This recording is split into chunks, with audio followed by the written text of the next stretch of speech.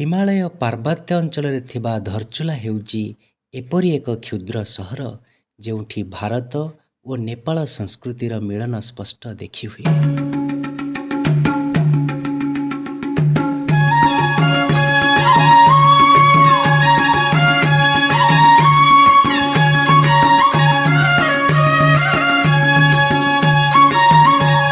ଉତ୍ତରପ୍ରଦେଶର ପୌଥରାଗଡ଼ ଜିଲ୍ଲା ଦେଇ ବହିଯାଉଥିବା ପାହାଡ଼ି ନଦୀ କାଳି ବା ମହାକାଳୀ କୂଳରେ ରହିଛି ଧର୍ଚୁଲା। सगरमाथा माछा पुछ रे सधैँ नै हाँसिदिन्छन्। ଏହିଠାରୁ ତୀର୍ଥଯାତ୍ରୀମାନେ କୈଳାସ ମାନସରୋବର ଯାତ୍ରା ଆରମ୍ଭ କରିଥାନ୍ତି। ଉତ୍ତରାଖଣ୍ଡର ଏହି ପର୍ଯ୍ୟଟନ ସହରର ଆଉ ଏକ ବିଶେଷତ୍ୱ ହେଲା କାଳୀ ନଦୀର ଠିକ୍ ଆରପାଖରେ ରହିଛି ନେପାଳର ସୁନ୍ଦର ପଶ୍ଚିମ ଉପଖଣ୍ଡର ସେହି ସମାନ ନାମର ଧର୍ଚୁଲା ସହର।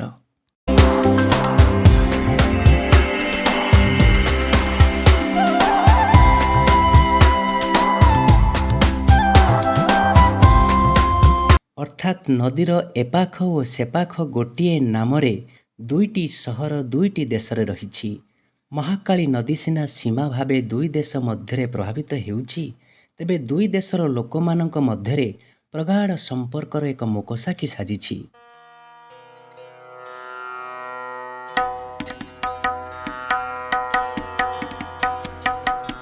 ନଦୀ ଉପରେ ଥିବା ଝୁଲାପୋଲ ମାଧ୍ୟମରେ ଦୁଇ ସହରର ଲୋକ ବିନା ବାଧାରେ ଚଳପ୍ରଚଳ କରିଥାନ୍ତି। ଲୋକଙ୍କର ବେଶଭୂଷାଠାରୁ ଆରମ୍ଭ କରି ଭାଷା ଓ ଖାଦ୍ୟ ମଧ୍ୟ ଏକା ପ୍ରକାର। ଏକାଠି ପର୍ବପର୍ବାଣୀ ପାଳୁଥିବା ଦୁଇ ରାଷ୍ଟ୍ର ଅଧୀନରେ ଥିବା ଲୋକଙ୍କ ମଧ୍ୟରେ କେଉଁ କାଳରୁ ଗଢ଼ି ଉଠିଛି ଭାବଗତ ସମ୍ପର୍କ।